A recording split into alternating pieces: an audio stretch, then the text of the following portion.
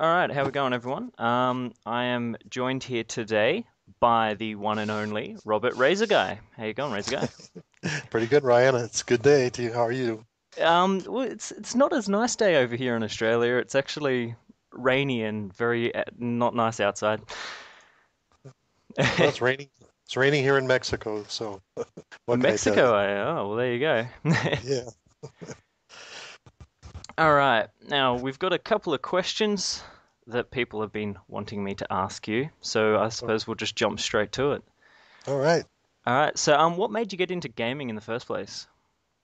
Well, I was actually working as a consultant for one of the large gaming publishers in the early 90s, and they asked me to come in and do a marketing plan for a new game. It was a pretty big title, and I really can't say what it was or who it was at the time, but they got me. It was really a hot title, and they got me in a little room to play the beta. And I kept saying, "What's wrong with this game? It's crashing on me and crashing on me." And I knew it was a beta, but and they said, "Well, you're moving your mouse too fast," and I couldn't keep up with the game. That was part of the problem. So I just felt like the world needed a gaming mouse, and that was in 1991, and it took me 5 years to actually find technology that where we could actually build it. But I always had this in the back of my mind that I always wanted to do a gaming mouse. Okay. Well, that seems like logical, and you don't find it, so may as well make it.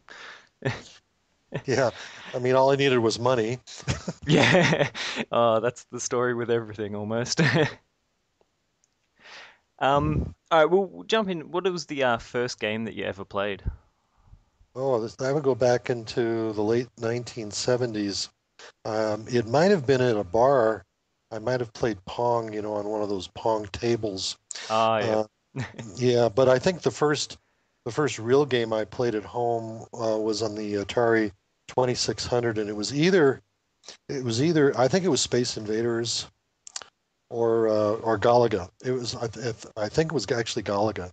Okay. Yeah, and I Have you? was hooked once I started playing games. I was really hooked. I loved it, and it might have even cost me my first marriage. I don't know. Yeah. Yeah. Well, I actually never really got into the Atari. I'm only started up with the Sega Mega Drive, so that's where my gaming started. Well, actually, I had a ColecoVision and a Mattel and Television and the 2600. So I bought all three consoles, and I had tons of games, and I played all the time. Excellent. Retro. Yeah, very retro. Very retro. All right, this is a bit of a fun question that we thought would chuck in there. What are you going to do when you run out of snakes to name your mice? We'll just invent some. I mean, we started fooling around. I mean, for example, we always said that they had to be one name, single name, because you didn't want to do multiple names. It's too hard to remember. So Yeah. we cheated with Death Adder because we made that one word by capitalizing the D and the A. So, we cheated a little bit, but the snakes were kind of actually that's a kind of a neat story because when we started the company, we had four people in the company, and the marketing person came to me and I said, "So what are we going to call the first mouse?" And he said, "We're going to call it the Razor One." And I said, "Really?" I said, "What's the second mouse?" He said, "Razor 2." I said, "That's not very creative. That's not," and that's actually planned obsolescence. So anyway, next day I gave him 24 hours to come up with a better idea or get out of town. And he came back with the idea of predatory animals. Sounds good. I must say, it's a bit less appealing buying a Razer 1 or a Razer 2. I agree. Yeah. Here's one that I was asking a lot of people what they would like to ask, and this one came through a lot. And it was, can you give us any kind of insight into why the prices are so inflated here for Australians rather than it is over in the US? Well, a lot of it has to do with duty and taxes and just the shipping lines too. I mean, there's huge number of shipping lanes and tankers and ships that go back and forth from China or actually Hong Kong, which is where kind of where most of our products wind up. They're manufactured in China, but then they go to Hong Kong and they're consolidated and they're put on boats and they go all over the world. And it's just because the U.S. and or North America pretty much is very, very has this logistical system for ships going in and out in harbors and such that are really good at handling things. And then customs in the U.S. usually turns a shipment around in less than 24 hours.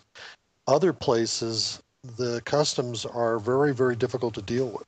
And I know Australia is one of those places that has, I don't get me in trouble with customs there, but the reputation of dealing with customs in Australia is really, really difficult. And there are other places. I mean, even where I live in Mexico, we have to, the goods actually go through Miami and then come through into Mexico. They're shipped from China to Hong Kong to Miami, and then they come into Mexico and all the rest of Latin America. And by the time they get to the final country and city, they're really expensive. And we're always trying to find ways to mitigate some of those expensive. But then on top of that, I mean, in places like India, you've got huge taxes and huge duty on top of it, and you're even penalized for using credit cards in some countries. I mean, it's just really crazy. So, Mm. we it's unfortunately that's the way it is, but until we can figure out a better way of shipping and dealing with customs and the duties and all the other tariffs involved, it's going to continue to be a bit of a premium. Yeah, because I've had quite a few people rather excited about the Hydra that's coming out, but Yeah, unfortunately it's over $100 more expensive here in Australia, so yeah. a few people are bummed out about that. But Well, we are too. I mean, if I could change it, if we could change it, we would in a heartbeat. It's just that, we're kind of stuck, and yeah, it's not Razer setting the prices. Plus the fact that the retailers and e-tailers, they're the ones who actually set the prices. So those we can say that the Hydra is $99 in the U.S. and that's um, with the game bundled in it. But then when it gets to Mexico or India um, or Australia, New Zealand, it's going to be more, and sometimes it's double. yeah. You know, yeah. Well, it's I'm yeah. sorry. Sorry, go. I was just Sorry, go gonna ahead. I was just gonna say I get emails from customers in Brazil who just they go crazy because Brazil just has all kinds of extra tariffs and duty, and it's worse than Mexico. So, uh, you know, I wish we could change it. I apologize, but it is what it is. No, that's good. It's good to see that at least you're looking for different ways that you can hopefully change that around. Um, this is another question that we've had put forward. With the Razer Onza and the Chimera, sorry if I pronounced some of them wrong, um, showing to be such huge successes, is it possible that we'll see more Razer products for consoles in the future, or will you always have a focus on PC? Well, our focus is on gaming. So if it's Yeah, gaming, and our mission has always been to enhance the gaming experience. So if we can enhance the gaming experience with any product, we will. Now we've had some as you pointed out, and thank you for being so kind, that we've had some real success with both of those products, and in particular the Anza, the tournament edition, and so, yes, there will be additional products. We never actually talk about what's in the queue, and but with Razer having now we just started opened our fourth design center around the world. You can imagine that there are quite a few products that we're actually working on. They won't all make it to market this year, and some of them may never make it to market. And because if with Razer, unless we love it and we're satisfied with it, it doesn't come out. So we're kind of dodgy about letting people know what we're working on. But yes, there'll be more products, probably more products uh, announced either. I think we have some announcements at the Penny Arcade event, and I think obviously at CES in January of next year. So you'll hear more and more about it. Maybe even it might even be something at Games Convention in Cologne, which I will be at, and I will also be at Penny Arcade or PAX in